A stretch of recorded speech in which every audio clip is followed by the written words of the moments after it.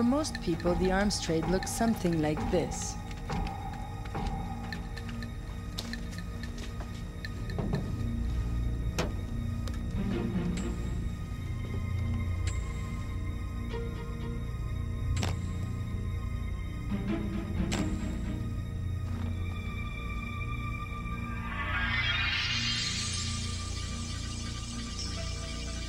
In reality, it's something much more pedestrian.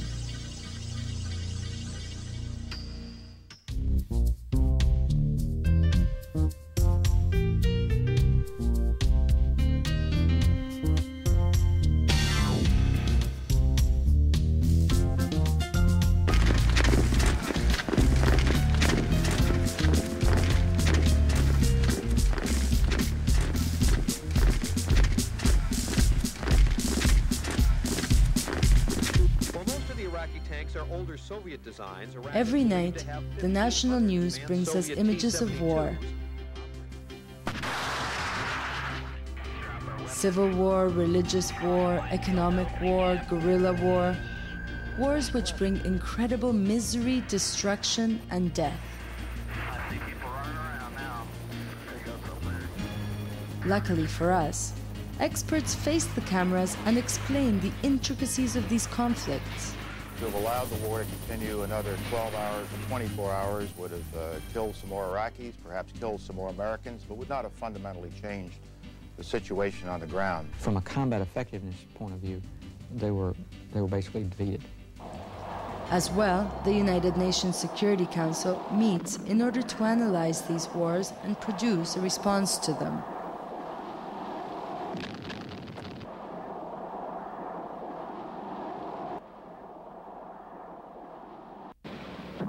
After all, they should know.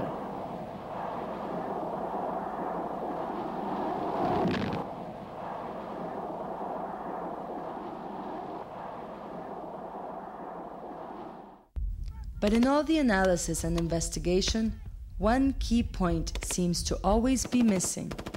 The fact is, wars are not fought without weapons.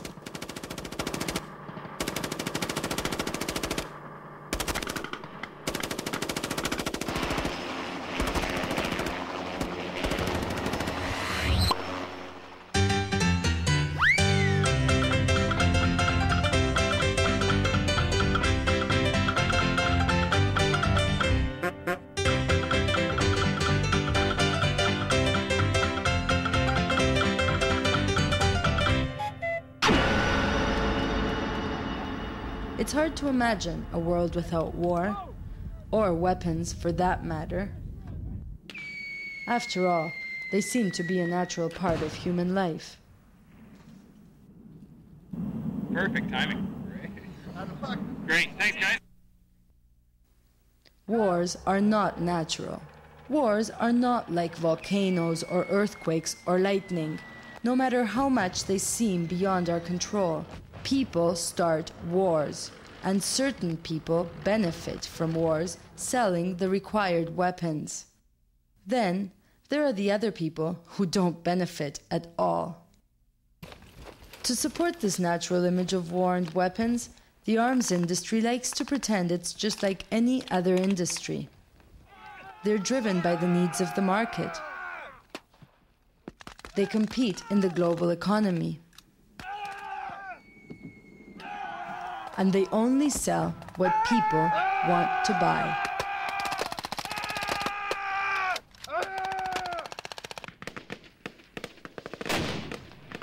The arms industry is clearly not like every other industry.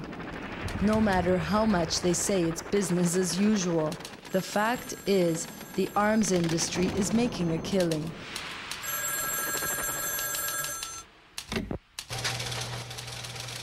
Hello, Weapons Incorporated.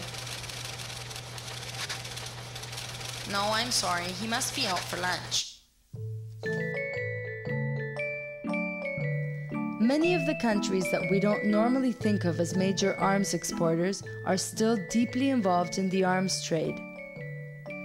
These are the countries that build components, small parts which fit into other, larger systems. Sometimes these countries then say that they don't make the thing that actually goes bang, and so therefore we shouldn't worry about them.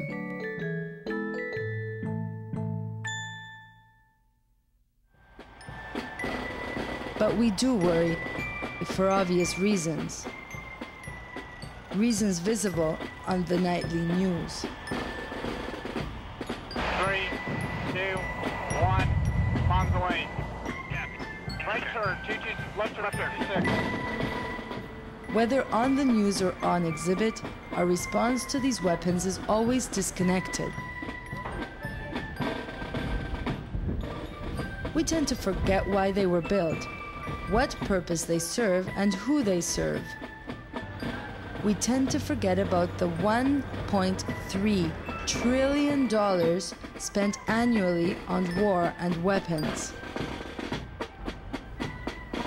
We tend to forget that the arms industry is one entire orchestration in support of the machinery of war.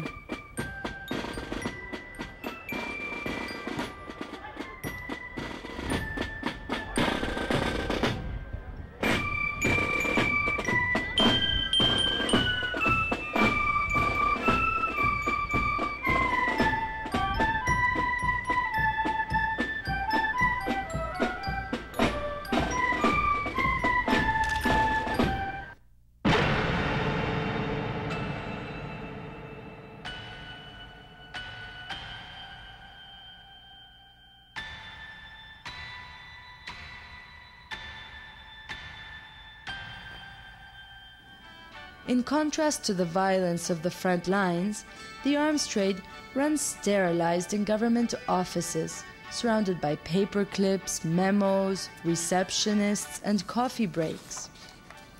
It is true that many countries have export control regulations to monitor the sale of weapons to human rights abusing countries or countries involved in conflict, but large loopholes exist in all of them.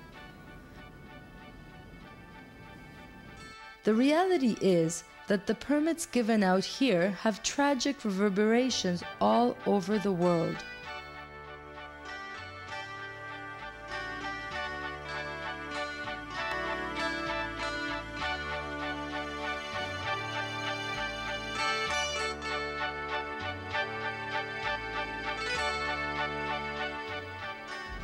Even an apparently peaceful country like Canada plays its brutal part.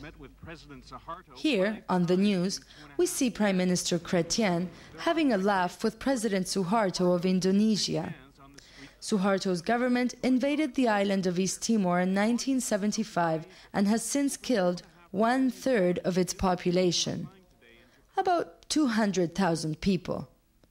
In the Canadian government's business trade plan for 1995-1996, Indonesia is designated as a priority and growth market for Canadians' weapons exporters. Chrétien said the two countries have a lot in common. We also share a commitment to celebrating our multicultural and multilingual diversity.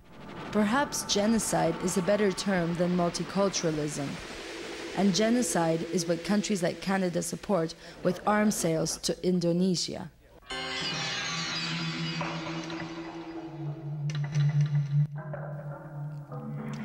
Turkey has been consistently denounced by Amnesty International as a serious abuser of human rights, and since 1984 has been waging a war against its own Kurdish population.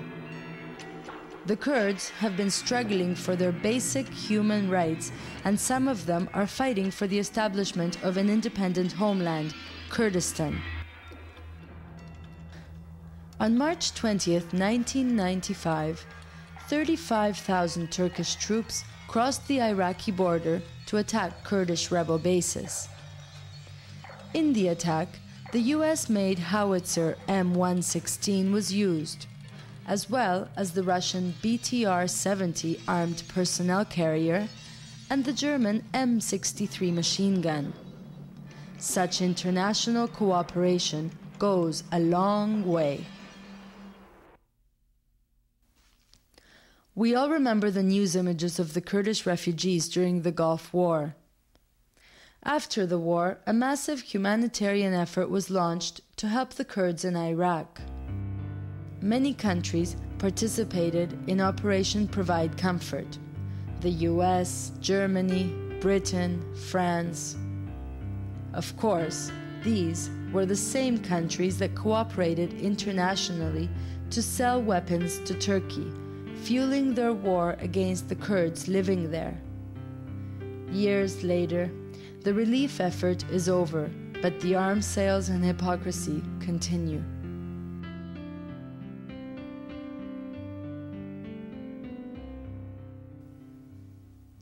This is the arms trade.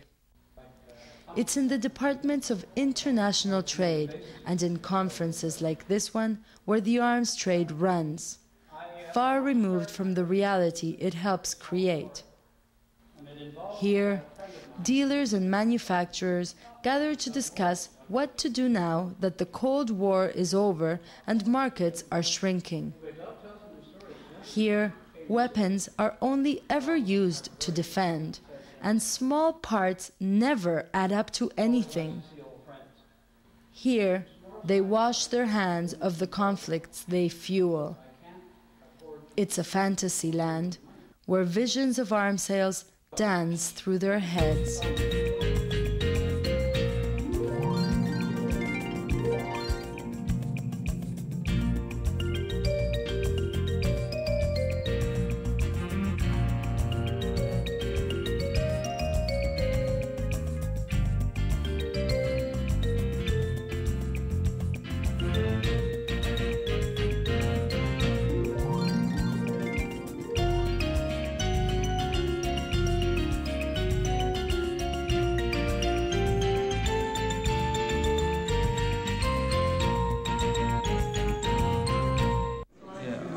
President of the Turkish Leather Industrialists Association.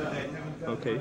I'd like to know how Turkey's record of human rights abuse of its own Kurdish population affects investment in Turkey. Thank you. I don't like your question. And so this is how we're connected to the arms trade.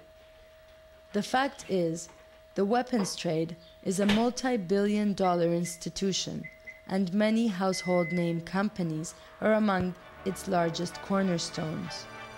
General Motors, General Electric, IBM, Toshiba. We live within this web of military production, a web indivisible into components, a web of violence in its most banal form.